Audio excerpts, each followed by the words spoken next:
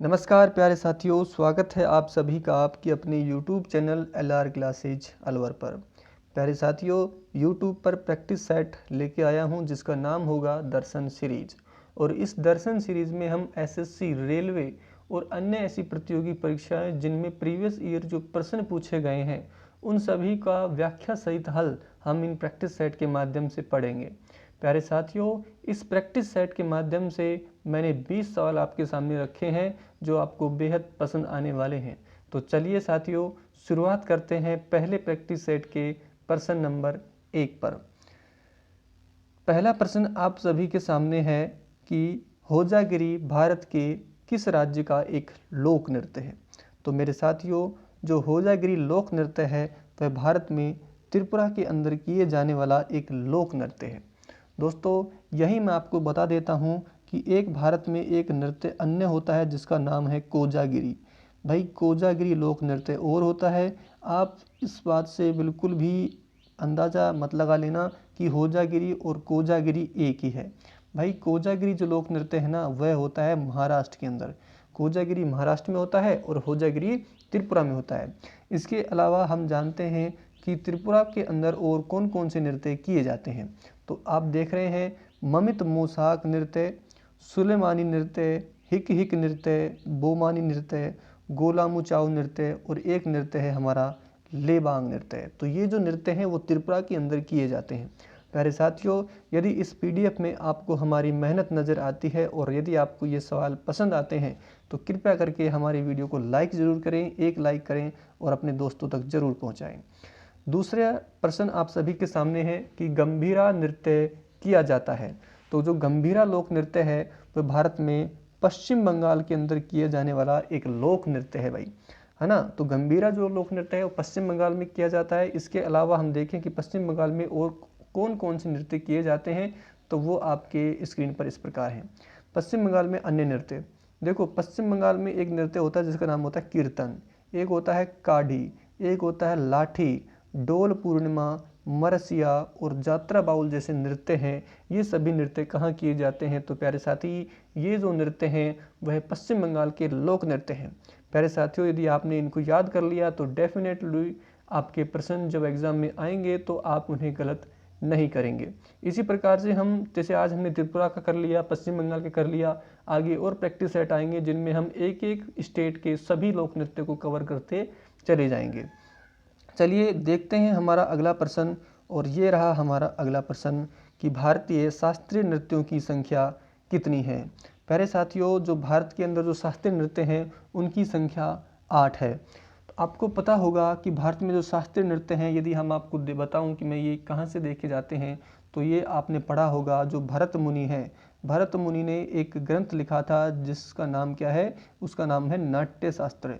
क्या नाम है? नाट्य शास्त्र में हमें शास्त्र, जो अपने शास्त्रीय नृत्य हैं इनकी व्याख्या देखने को मिलती है। और उनमें हमें कितने शास्त्रीय नृत्य मिलते हैं? तो हमें मिलते हैं 8।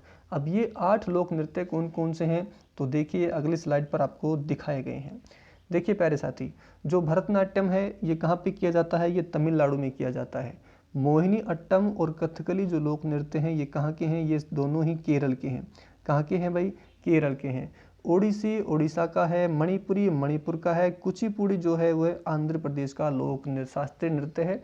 कि अंधे ने कच्ची पूड़ी खाई है ना, इस प्रकार से आप इसे याद कर सकते हैं। तो आंध्र प्रदेश का जो शास्त्रीय नृत्य है वेरी वेरी इंपॉर्टेंट है, बहुत बार पूछा जाता है कि आंध्र प्रदेश का जो शास्त्रीय नृत्य है उसका नाम क्या है? तो उसका नाम है कुचिपुड़ी। वहीं बात करें हम, 7वें नंबर पे लिखा हुआ है कुचिपुड़ी। तो प्यारे साथी, इसको आप कुचिपुड़ी याद ना रखें, इसको आप याद रखें कथक। क्या नाम करेंगे? कथक याद आप इसे ज़रा याद रखेंगे कि जो कथक है, क्या नाम रखना है? इसको नाम याद रखना है आपको कथक। जो कथक है ना उससे आप याद करेंगे 7 नंबर पे। जो कथक है वो कहाँ पे होता है भारत में? वह यूपी का, उत्तर भारत का शास्त्रीय नृत्य है। और 8वें नंबर पे आपको दिखाया गया है सत्रिया। सत्रिया कहाँ होता है? असम के अंदर। तो 8 जो लोक शास्त्रीय नृत्य हैं वह आपके सामने हैं। स्क्रीनशॉट ले लीजिए, यहाँ से आपको प्रश्न जरूर देखने को मिलता है। चलते हैं अगले प्रश्न पर। जाकिर हुसैन का संबंध किस वाद्य यंत्र से है? देखो, वाद्य यंत्र जो बजाते हैं उनसे भी आपको प्रश्न देखने को मिलते होंगे। जाकिर हुसैन का जो संबंध है वो प्रसिद्ध एक क्या है? तबला वादक हैं। जी बिल्कुल, एक तबला वादक हैं। और आपने सुना होगा कि जाकिर हुसैन को 2023 के अंदर पद्म विभूषण भी दिया गया था। 2023 में इनको पद्म विभूषण दिया गया था। अब हम अन्य बात करें तो तबला वादक अन्य देखिए, अन्य तबला वादक कौन कौन से हैं। प्यारे साथियों, एक ही स्लाइड के अंदर सभी के सभी वादक मैंने लिख दिए हैं जो तबला बजाते हैं, और ये जब आप पढ़ेंगे तो निश्चित तौर से आपको अच्छा लगेगा, आपको लगेगा कि हाँ रियलिटी में ही इस पीडीएफ में हमने मेहनत करी है। तो इस मेहनत के लिए एक लाइक आपका जरूर बनता है।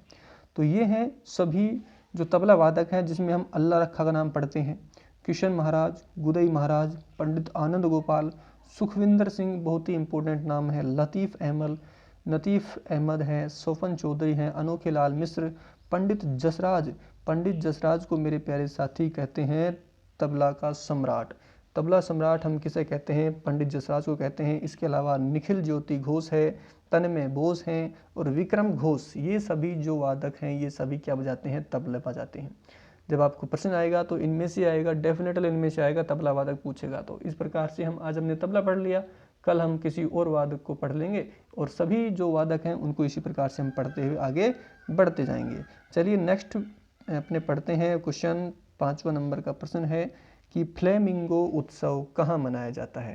प्यारे साथी, जो फ्लेमिंगो उत्सव है भारत में कहाँ मनाया जाता है, तो फ्लेमिंगो उत्सव भारत के आंध्र प्रदेश में मनाया जाने वाला उत्सव है। ठीक है, उत्सव से भी एसएससी, रेलवे और जो आजकल बहुत एग्जाम में ऐसे सवाल देखने को मिलते हैं, तो रिसेंटली जो उत्सव मनाए जाते हैं उनसे हमें प्रश्न देखने को मिल जाता है। तो फ्लेमिंगो उत्सव आंध्र प्रदेश में मनाया जाता है। आगे बढ़ते हैं, आंध्र प्रदेश में और कौन कौन से उत्सव मनाए जाते हैं उनको जरा देख लेते हैं। तो देखिए, कल्याण उत्सव, येलम्मा जतारा और दुर्गम्मा, ये जो उत्सव हैं ये सभी कहाँ के हैं, ये सभी आंध्र प्रदेश के उत्सव हैं। कौन कौन से, कल्याण उत्सव है, येलम्मा जतारा और दुर्गम्मा, और साथ में ही फ्लेमिंगो उत्सव, ये आपको याद रखने हैं आंध्र प्रदेश के उत्सव। आगे बढ़ते हैं, नेक्स्ट प्रश्न की ओर चलते हैं। प्रसिद्ध खीर भवानी मंदिर स्थित है। जो मंदिरों से भी प्रश्न पूछ लिए जाते हैं कि जो खीर भवानी मंदिर है वो कहाँ पे है, तो आपको पता होगा खीर भवानी मंदिर, खीर भवानी उत्सव जम्मू कश्मीर में भारत का प्रसिद्ध है। ठीक है, इसके अलावा वैष्णो माता मंदिर, रणबीरेश्वर मंदिर, रघुनाथ जी का मंदिर भी कहाँ पे प्रसिद्ध है, ये सभी हैं आपके जम्मू कश्मीर में ही स्थित हैं। आगे बढ़ते हैं साथी, और 7वां प्रश्न आप सभी के सामने है, जन धन योजना की शुरुआत कब हुई थी। एक जो प्रश्न है वह योजनाओं से जरूर आता है। तो जो जन धन योजना है इसकी शुरुआत कब हुई थी, तो जन धन योजना जो है वह भारत सरकार द्वारा 28 अगस्त 2014 को चलाई गई थी। साथ ही में हम देखें, एक हमारा मिशन आया था 15 जुलाई 2015 को, जिसका नाम था स्किल इंडिया मिशन। तो स्किल इंडिया की मिशन की जो शुरुआत हुई थी वो कब हुई थी, 15 जुलाई 2015 को हुई थी। और एक 25 सितंबर 2014 को बहुत ही महत्वपूर्ण योजना की शुरुआत हुई थी, जिसका नाम है मेक इन इंडिया। क्या नाम है भाई, मेक इन इंडिया। यदि आपसे कोई पूछे कि मेक इन इंडिया की शुरुआत कब से हुई थी, तो मेक इन इंडिया की शुरुआत हुई थी 25 सितंबर 2014 से। और जनधन योजना की जो शुरुआत हुई है वो कब से हुई है, 28 अगस्त 2014 से इस योजना की शुरुआत हुई है। आगे बढ़ते हैं, हमारे नेक्स्ट प्रश्न पर चलते हैं। 8वां नंबर का सवाल है, कलमकारी का संबंध किस प्रदेश से है, कलमकारी का संबंध किस राज्य से। तो जो कलमकारी है उसका जो संबंध है वह हमारे भारत में होता है, और वो कहाँ पे होता है, आंध्र प्रदेश में होता है। देखिए, एक ये युद्ध कला है कलमकारी, है ना, और ये कहाँ की है, ये आंध्र प्रदेश की फेमस है। आगे बढ़ते हैं, नेक्स्ट सवाल पे चलते हैं, और नेक्स्ट प्रश्न है, प्रवासी भारतीय दिवस कब मनाया जाता है। तो जो दिवस है, महत्वपूर्ण दिवस है, उनसे भी सवाल जरूर पूछा जाता है। तो प्रवासी जो भारतीय दिवस है वो मनाया जाता है कब, 9 जनवरी को मनाया जाता है। और ये 9 जनवरी को क्यों मनाया जाता है, क्योंकि इस दिन जो हमारे महात्मा गांधी हैं वो दक्षिण अफ्रीका से वापस भारत को आए थे। 9 जनवरी 1915 को भारत में आए थे, 1893 में यहाँ से चले गए थे। ठीक है ना, तो इस उनकी खुशी में, आने की खुशी में हम 9 जनवरी को प्रवासी भारतीय दिवस के रूप में हम इन्हें मनाते हैं। वहीं बात करें 4 जनवरी को, तो 4 जनवरी को हम लुई ब्रेल दिवस मनाते हैं। ब्रेल दिवस है ना, ब्रेल दिवस मनाते हैं कब, ब्रेल दिवस मनाते हैं 4 जनवरी को। जो अंधे जो व्यक्ति होते हैं उनको पढ़ाने की जो लिपि है उसको भी ब्रेल कहते हैं, और उनकी याद में ही हम ब्रेल दिवस मनाते हैं। वहीं बात करें 15 जनवरी को, 15 जनवरी को हमारी आन बान शान थल सेना, राष्ट्रीय नेशनल जो हमारी थल सेना दिवस है, राष्ट्रीय थल सेना दिवस के रूप में हम इसे मनाते हैं। जो थल सेना दिवस है वो कब मनाते हैं? 15 जनवरी को मनाते हैं। और वहीं बात करें 12 जनवरी को, तो 12 जनवरी को हम मनाते हैं राष्ट्रीय युवा दिवस है। क्या मनाते हैं भाई? राष्ट्रीय युवा दिवस हम कब मनाते हैं? राष्ट्रीय युवा दिवस हम मनाते हैं 12 जनवरी को। स्वामी विवेकानंद जी का जो जन्म दिवस है वो हुआ था 12 जनवरी को, इसलिए हम उनकी याद के मनाते हैं 12 जनवरी को राष्ट्रीय युवा दिवस। आगे बढ़ते हैं हमारे नेक्स्ट प्रश्न पर। मुद्रा राक्षस रचना किसकी है? प्यारे साथियों, एक से एक बढ़ के प्रश्न आपको देखने मिलेगा, और ये सभी प्रश्न पिछली जो प्रीवियस ईयर में अंदर जो एग्ज़ाम हुए हैं उन सभी में ये प्रश्न आए हुए हैं, जिसमें एसएससी के लिए सभी एग्ज़ाम जैसे CGL, MTS, CPO, CHSL, Delhi police, और इसके अलावा रेलवे के अंदर जितने भी आरपीएफ एग्ज़ाम है, एनटीपीसी है, इन सभी में ये सवाल आए हुए हैं, और उन्हीं सवालों का संग्रह मैंने इस दर्शन सीरीज के अंदर लिया है। मुझे पूरी उम्मीद है ये सीरीज आपको बहुत पसंद आएगी, ठीक है ना। और आपको पसंद आए तो लाइक के माध्यम से आपको बताना है, लाइक ज़रूर करना है। तो 10वां प्रश्न हमारा है, मुद्रा राक्षस की रचना किसने करी है? तो मुद्रा राक्षस एक ग्रंथ है जिसकी रचना करी थी किसने? विशाख दत्त ने। किसने करी है? विशाख दत्त ने। देखो, महादेव वर्मा हिंदी की एक बहुत अच्छी लेखिका हुई हैं, जिसकी एक बहुत प्रचलित रचना है, जिसके लिए यामा इनकी रचना है, और इसके लिए इनको ज्ञानपीठ अवार्ड दिया गया था। पहली महिला ज्ञानपीठ अवार्ड पाने वाली हिंदी की कवियत्री कौन सी हैं? तो वो महादेव वर्मा थी। रचना थी यामा के लिए दिया गया था। फिरदौसी, देखो फिरदौसी की जो रचना है वो कौन सी है? शाहनामा। कौन सी रचना है? कौन सा नामा है? शाहनामा। शाहनामा जो रचना है वो किसका है भाई? शाहनामा रचना है फिरदौसी की। और अश्वघोष की एक बहुत ही प्रचलित अपनी चलती है अश्वघोष की, वो कौन सी है? बुद्ध चरित्र। कौन सा? बुद्ध चरित्र। कौन सा चरित्र भाई? बुद्ध चरित्र रचना किसकी है? तो बुद्ध चरित्र रचना है अश्वघोष की। तो इन चीज़ों को आपको याद रखना है। बढ़ते हैं हमारी नेक्स्ट प्रश्न पर। नेक्स्ट प्रश्न आप सभी के सामने है। देखो यहाँ पे लिखा हुआ है, महादेव वर्मा की रचना है यामा, फिरदौसी की रचना है शाहनामा, और अश्वघोष की रचना है बुद्ध चरित्र। आगे बढ़ते हैं। हमने बता दिया था मैंने पहले ही, जम्मू कश्मीर में स्थित दर्रा है। जम्मू कश्मीर में निम्न में से कौन सा दर्रा है जो जम्मू कश्मीर में स्थित है? तो कराकोरम है, जोजिला है, पीर पंजाल है, बनिहाल है, या फिर उपयुक्त सभी। तो प्यारे साथियों, उपयुक्त सभी इस प्रश्न का बिल्कुल आपने सही जवाब दिया है। तो उपयुक्त सभी जो उत्तर है बिल्कुल सही है। तो ये जो सभी दर्रे हैं ना, वो सभी जम्मू कश्मीर में स्थित है, जिसमें कराकोरम दर्रा है, जोजिला है, पीर पंजाल है, बनिहाल है। इसके अलावा एक दर्रा आप जरूर याद रखें, बुर्जिल दर्रा, ठीक है ना। तो बुर्जिल दर्रा भी कहाँ पे है? तो बुर्जिल दर्रा भी आपके जम्मू कश्मीर में ही स्थित है। कराकोरम, जोजिला, पीर पंजाल, बनिहाल और बुर्जिल दर्रा, ये सभी 5 के 5 दर्रे कहाँ हैं? जम्मू कश्मीर में स्थित है। इसके अलावा आपको बताऊं, आज हमने जम्मू कश्मीर का पढ़ लिए, फिर हम नेक्स्ट क्लास जो होगी उसमें अन्य किसी स्टेट के हम पूरे के पूरे दर्रे कवर कर लेंगे। इस प्रकार से हम एक तरीके से इन प्रैक्टिस सेट के माध्यम से हम अपना सिलेबस कवर करते चले जाएंगे। देखिए, कर्नाटक में स्थित जलप्रपात नहीं है। तो अब आपको बताना है कि निम्न में से कौन सा जलप्रपात है जो कर्नाटक में स्थित नहीं है। देखो, कुंचिकल जलप्रपात कर्नाटक में स्थित है, शिव समुद्रम जलप्रपात कर्नाटक में स्थित है, जोग जलप्रपात कर्नाटक में स्थित है। लेकिन जो चूलिया जलप्रपात है ना भाई, ये जो चूलिया जलप्रपात है ये कहाँ स्थित नहीं है? ये कर्नाटक में स्थित नहीं है। तो ये कहाँ पे है सर? ये है राजस्थान के अंदर। राजस्थान में है। कौन सी नदी पे है? तो ये है चंबल नदी पे। कौन सी नदी पे है? चंबल नदी है। और राजस्थान का सबसे ऊंचा जलप्रपात कौन सा है? चूलिया जलप्रपात को कहा जाता है। चलिए देखते हैं। अब देखिए, आपको मेहनत नजर आएगी इस स्लाइड पे। देखो, कुंचिकल जो जलप्रपात है वो कौन सी नदी पे स्थित है? वाराही नदी पर स्थित है, और ये भारत का सबसे ऊंचा जलप्रपात है। यदि आपसे कोई पूछे कि भारत का सबसे ऊंचा जलप्रपात कौन सा है, तो आपको बताना है कुंचिकल जलप्रपात, जो कौन सी नदी पे स्थित है? जो वाराही नदी पर स्थित है। और ये इसकी कहाँ पे स्थित है? ये है कर्नाटक के अंदर। वहीं बात करें शिव समुद्र जलप्रपात की, तो ये कावेरी नदी पे है। शिव समुद्रम जलप्रपात कहाँ पे है? शिव समुद्रम जलप्रपात है कावेरी नदी पर, और कहाँ पे है? कर्नाटक में। वहीं बात करें जोग जलप्रपात की, तो जोग जो जलप्रपात है वो कौन सी नदी पे है? ये है शरावती नदी पर। कौन सी नदी पर? शरावती नदी पर। और ये इसकी स्थापना ये कहाँ पे है? ये है कर्नाटक के अंदर। नेक्स्ट प्रश्न पर चलते हैं। अगला प्रश्न देखते हैं। भारत के दूसरे प्रधानमंत्री बने थे। भारत का दूसरा प्रधानमंत्री निम्न में से कौन बना था? तो भारत के दूसरे प्रधानमंत्री कौन बने थे? नेहरू जी, गुलज़ारलाल नंदा, लाल बहादुर शास्त्री और इंदिरा गांधी। तो इसमें सही होगा लाल बहादुर शास्त्री जी जो हैं वो भारत के दूसरे प्रधानमंत्री बने थे। देखिए जो गुलजारीलाल नंदा जी हैं ये भारत के दूसरे प्रधानमंत्री बने थे, लेकिन इन्होंने कार्यवाहक के रूप में पद संभाला था, जिन्होंने 13 दिन मात्र कार्य किया था और ये प्रधानमंत्री के रूप में रहे थे, लेकिन ये कार्यवाहक प्रधानमंत्री रहे थे। यदि आपसे कोई पूछे कि भारत के प्रथम कार्यवाहक प्रधानमंत्री कौन थे, तो ये गुलजारीलाल नंदा जी थे, जिन्होंने मात्र 13 दिन के रूप में कार्यभार संभाला था। ठीक है साथियों, देखिए आगे हम देखते हैं, अगली स्लाइड पर देखेंगे तो देखिए नेहरू जी का जो कार्यकाल था वह 1947 से लेकर 1964 तक रहे थे और ये भारत के प्रथम प्रधानमंत्री रहे थे। लाल बहादुर शास्त्री जी जो थे 1964 से लेकर 66 तक रहे थे और उसके बाद इंदिरा गांधी जी 1966 से लेकर 77 तक रही थी, जो भारत की प्रथम महिला प्रधानमंत्री रही थी। चलिए प्यारे साथियों आगे बढ़ते हैं हम नेक्स्ट प्रश्न पर, और नेक्स्ट प्रश्न है संविधान से। संविधान के भाग 1 में निहित है, तो निम्न में से कौन सा क्या है जो संविधान के भाग 1 में निहित है? संघ एवं उसके राज्य क्षेत्र, मौलिक अधिकार, नागरिकता, नीति निर्देशक तत्व। तो संघ एवं उसके राज्य क्षेत्र जो हैं वह भारत के संविधान के भाग 1 में निहित है। वही बात करें नागरिकता भाग 2 में वर्णित है।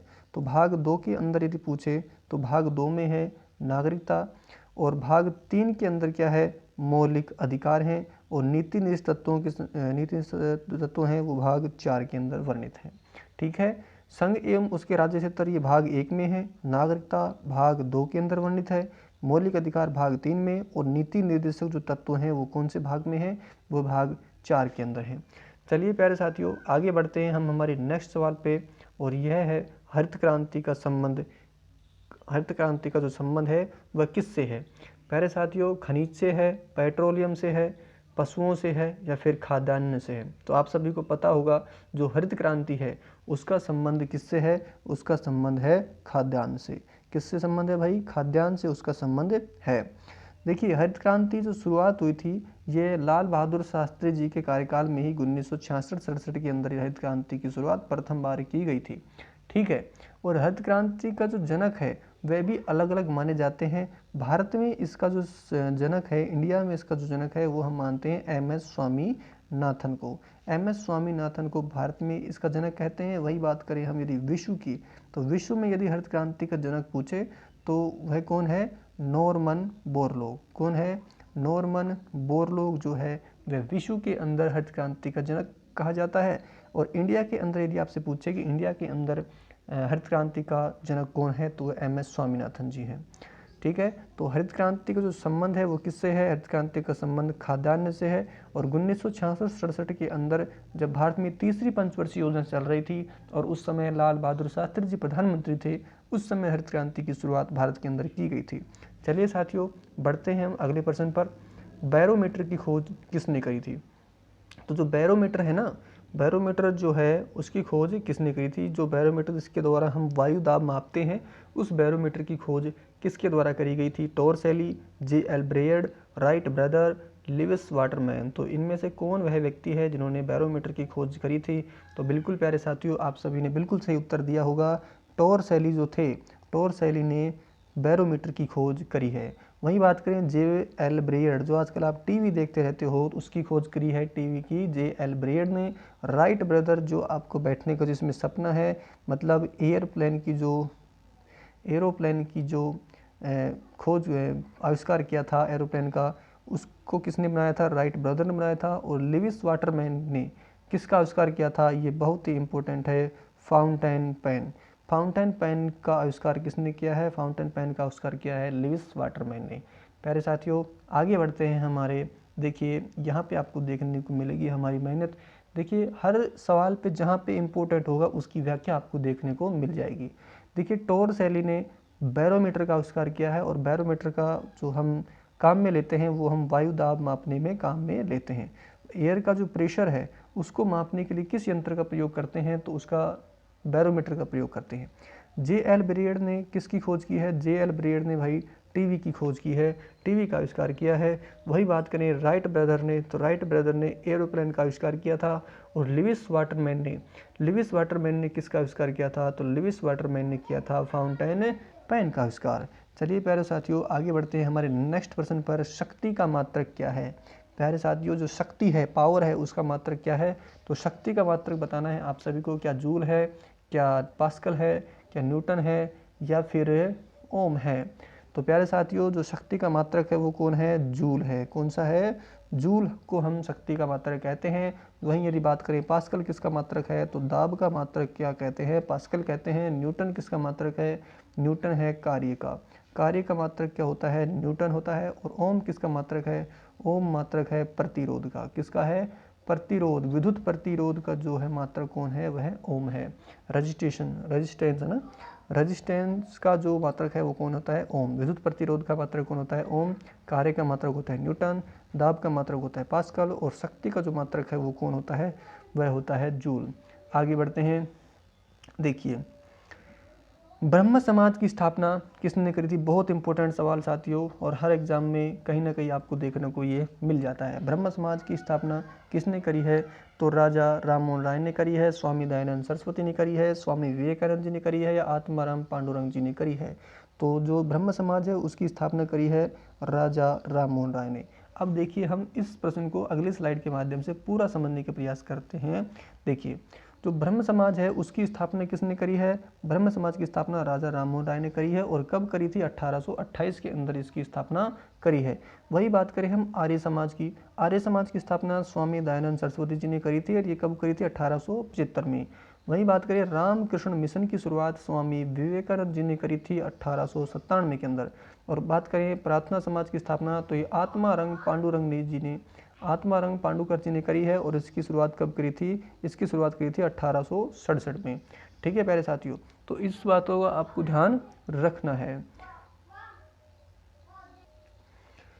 चलिए बढ़ते हैं हम हमारे नेक्स्ट प्रश्न पर, और 19वां सवाल हम पहुंच चुके हैं। मौर्य वंश की संस्थापक कौन है? मौर्य वंश की स्थापना किसने करी थी?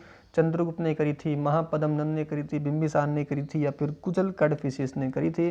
तो प्यारे साथियों बिल्कुल आप सभी बिल्कुल सही उत्तर दे रहे हैं। चंद्रगुप्त ने मौर्य वंश की स्थापना करी थी। और इस प्रश्न को भी हम अगले स्लाइड पर पूरा का पूरा समझते हैं। देखिए साथियों मेहनत आपको देखने को जरूर मिलेगी कि एक एक स्लाइड के लिए बहुत मेहनत करी है ना।